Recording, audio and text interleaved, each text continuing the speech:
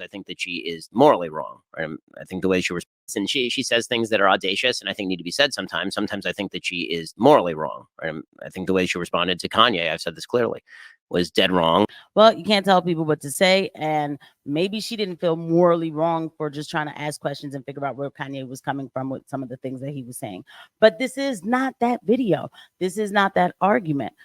Guys, Ben Shapiro has finally responded or made some sort of response or some sort of statement about the things that Candace Owens has been saying. And we're going to go ahead and take a look at that.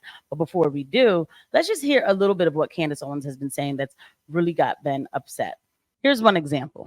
Well, I am here today to endorse Nikki Haley for president of Israel. I think she's earned that.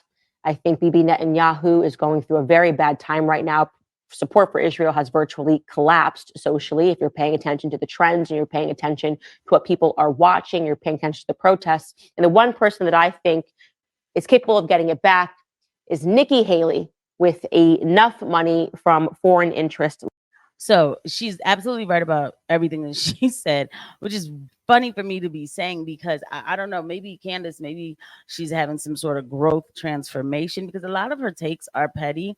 And I will say that some of her things that she says, she doesn't really want to stand by them too much because I know she doesn't want to rock the boat too much, but I think she's gotten to the point where she knows she can't tiptoe around certain things anymore. And she just has to speak. Now, saying that about Nikki Haley is absolutely true.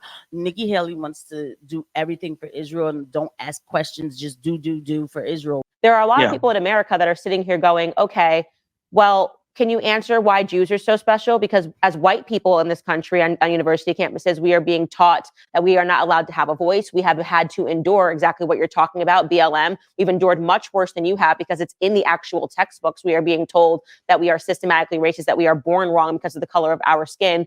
And if we say anything, we'll lose everything. This is the typical experience on white campuses. So people, this is not whataboutism. This is like actually what we have been fighting for years. Now, the first point that she made about the anti-whiteism that happens in schools and at jobs and everywhere else, we know it, we talk about it, right? She has every right to bring this up.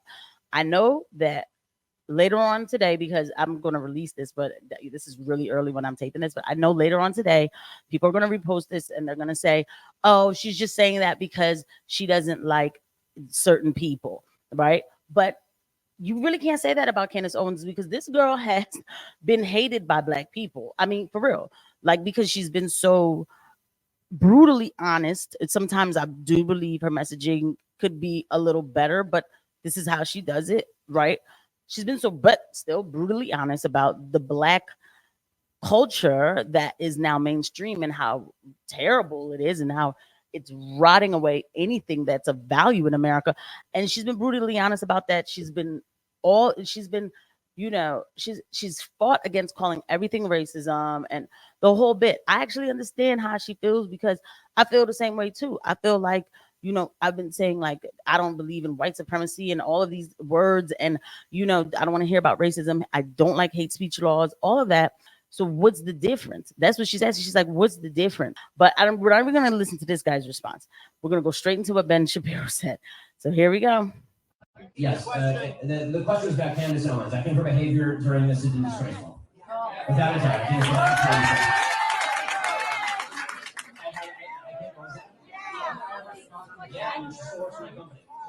I think she's been absolutely disgraceful. I think that her faux sophistication on these particular issues has been ridiculous. It's not faux sophistication, it's ridiculous. Everybody can see the moves that she's making and the things that she's saying, and I find them disreputable. So you heard that. So to go back, the man says, I think that her position on this Arab-Israeli conflict has been disgraceful. Disgraceful to who? How many?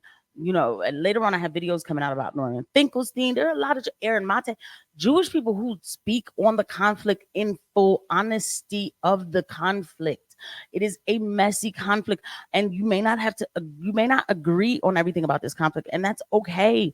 But you can't disgraceful. I mean, are you serious? Oh, we see what she's trying to do, but you heard him. He said she still works for my company. What does that mean? What does that mean? It's like almost sounds like a threat. you don't have to agree with her. But here's the better part: you're standing on stage, just calling her out like that on stage. Did y'all have this conversation behind the scenes? Did you guys say anything to her? Does she know she's on her way out, and now she's just gonna say, you know what? I'm just gonna say whatever, because she's pregnant, and I'm sure she'll be out for maternity leave, and I don't think she'll be back. But that's my prediction. I didn't hear anything about it. Yes. And let's just to repeat it. The question was about Candace Owens. I think her behavior during this is disgraceful. Without a doubt. I think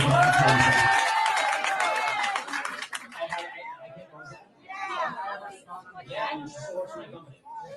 I think she's been absolutely disgraceful.